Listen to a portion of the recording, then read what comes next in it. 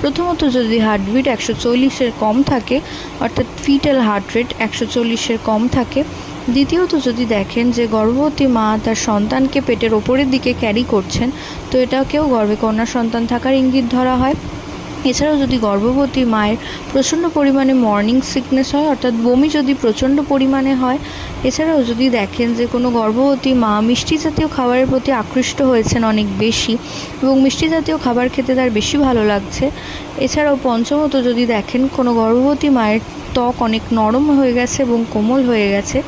এবং ষষ্ঠত যদি দেখেন কোনো গর্ভবতী মা মুড সুইং হচ্ছে খুব তাড়াতাড়ি, খুব হঠাৎ করে রেগে যাচ্ছেন, হঠাৎ করে হাসি কান্না এই সমস্ত হচ্ছে। এবং সপ্তমত যদি দেখেন হাতের তালু ফ্যাকাশে হয়ে গিয়েছে, তাতে লাল ভাব খুব একটা বেশি নেই।